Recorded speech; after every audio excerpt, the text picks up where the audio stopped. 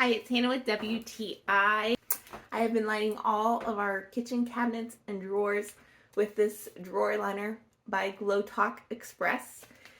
It is this beautiful black and white Quatrefoil design. So pretty.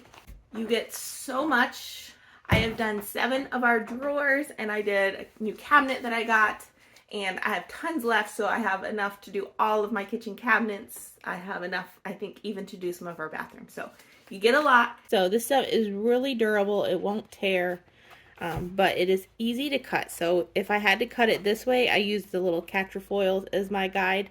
And then if you have to cut it this way, it's really easy because of these little grooves. You can just glide it right along.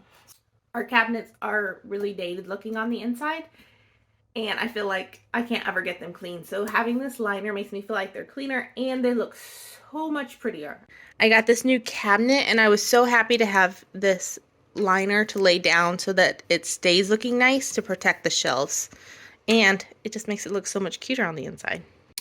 So if you're like me and don't like to measure your drawers, but you want to know kind of how deep you would need this, this is 2 8.5 by 11 pieces of paper. So that's about 17 inches.